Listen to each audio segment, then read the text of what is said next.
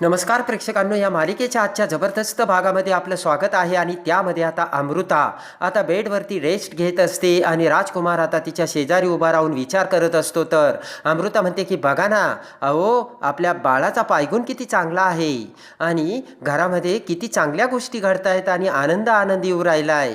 इकडे मात्र राजकुमारचे लक्ष नसते आणि राजकुमार फक्त आणि फक्त विचार करत असतो. अमृता म्हणते की आईने किती मोठ्या मनाने ताराला माफ केलं, मला वाटतंय आता सगळं काही छान होईल. ते आता राजकुमार म्हणतो की तेच मला पचवायला जड जात आहे अमृता.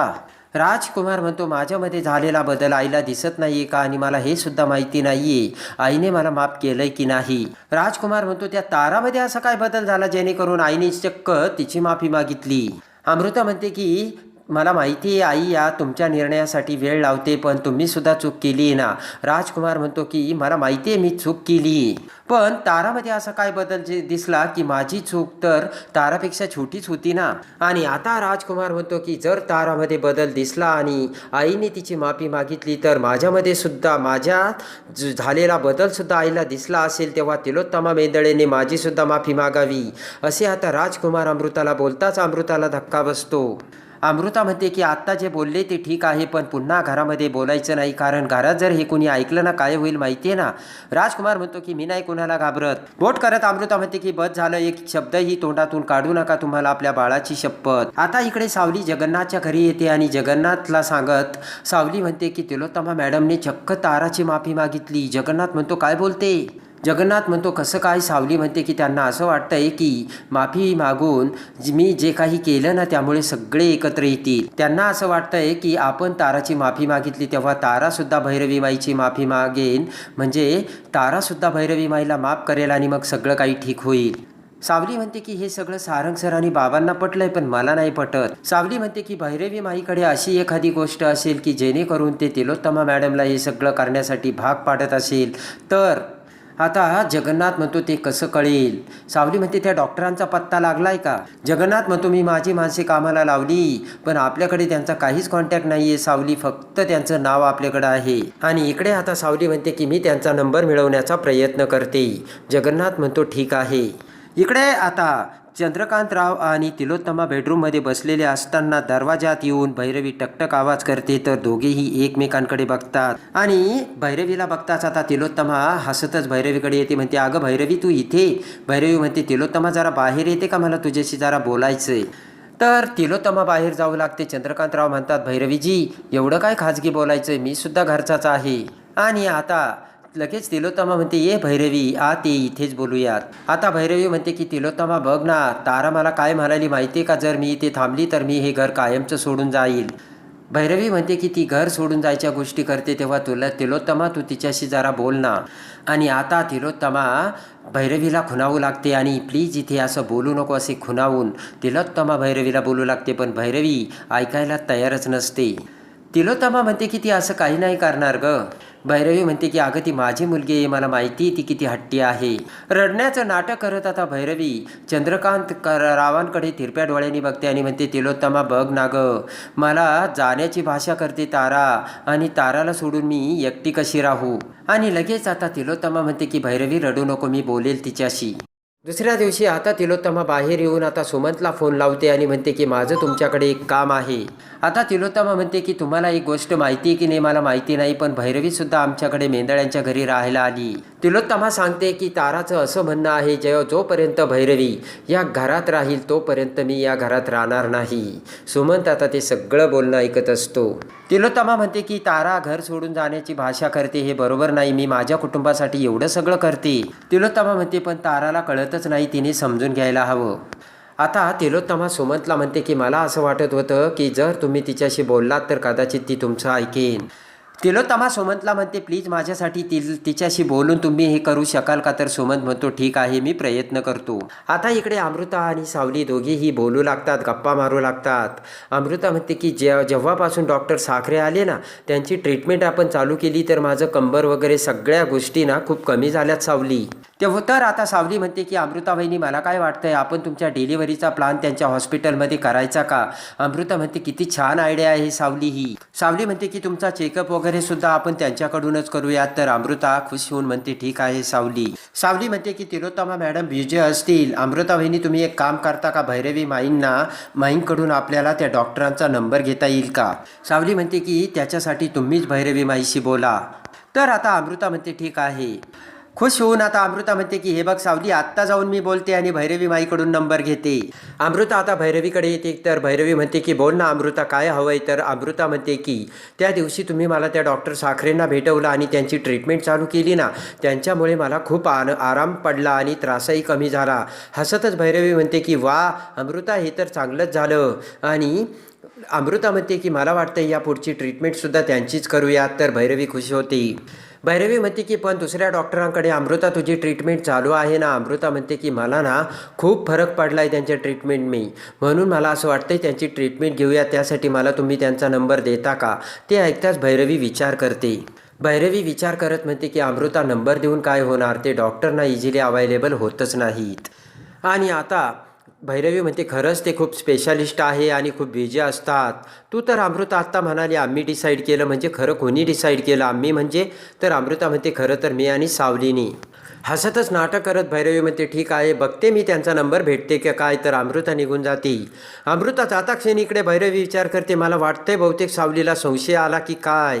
भैरवी विचार करते की ही सावली आता डॉक्टरांपर्यंत पोहोचण्याचा प्रयत्न करते तेव्हा मला लवकरात लवकर काहीतरी करावं लागेल.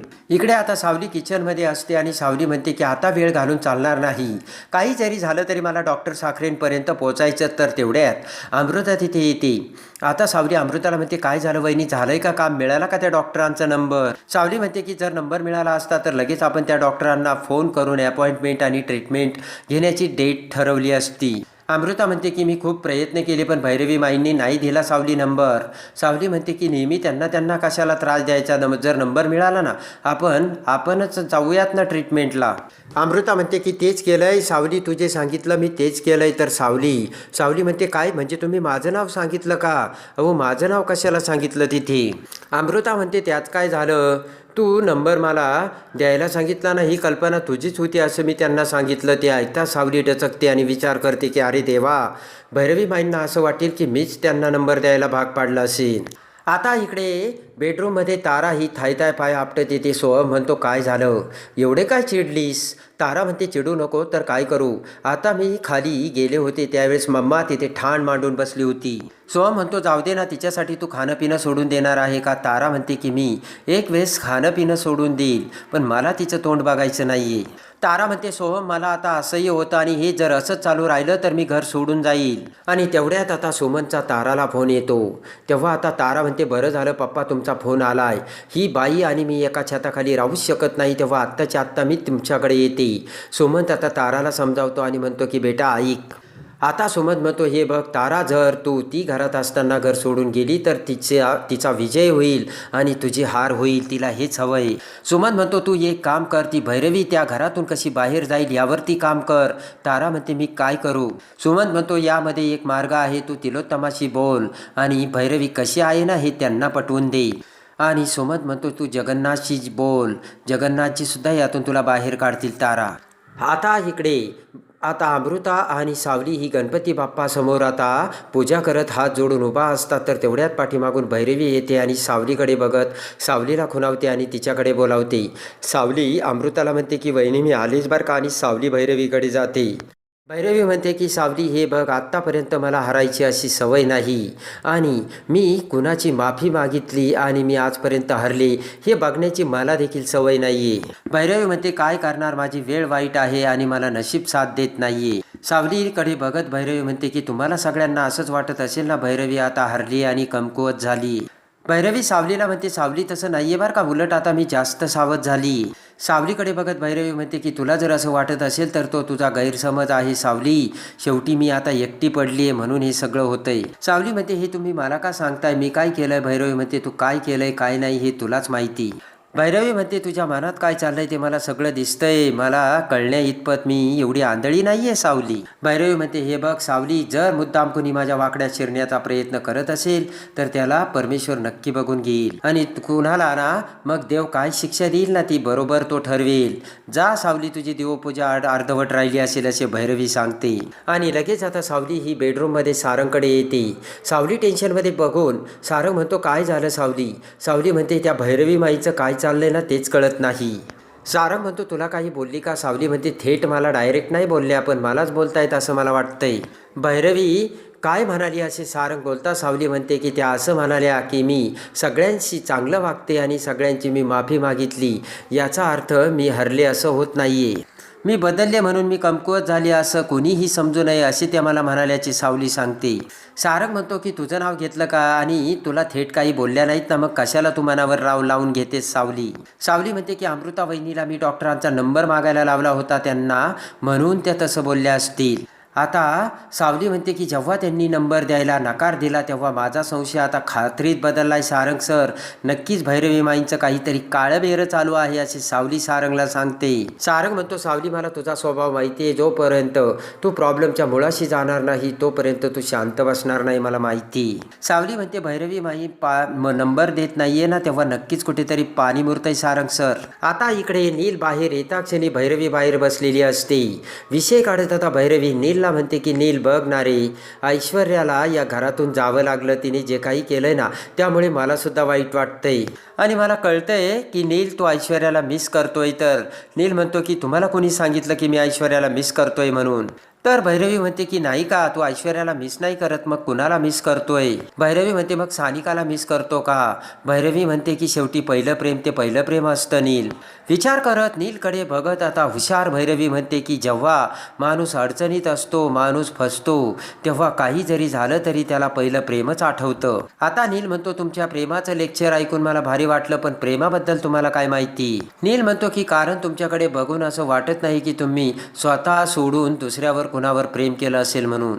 आता ते ऐकून भैरवी विचार करून नीलला म्हणते की मला माहिती नील, इट्स ओके, तू आता दुखावलाय, खूप हर्ट झालाय म्हणून तू असा बोलतोयस. आता भैरवी म्हणते की आपण अशा भूतकाळात काही आपल्या गोष्टी मागे सोडून दिलेल्या असतात, पण त्या अशाच काही गोष्टी जर पुन्हा आपल्या वर्तमान काळात आपल्या समोर आल्या तर. आणि भैरवी म्हणते की मी त्या गोष्टीबद्दल बोलते ज्याची आपण कधी कल्पनाही केलेली नसते. आणि लगेच आता नील तेथून ते भैरवीचे बोलणे ऐकून निघून जातो. तर भैरवी खुश होते आणि भैरवीने आता नीलच्या डोक्यात जबरदस्त आता खडा टाकून एक वेगळा प्लान भरवलेला असतो आणि रबराला ताणून नीलला आता भैरवीने बरोबर आता जाळ्यात अडकवण्याचा प्रयत्न केलेला असतो.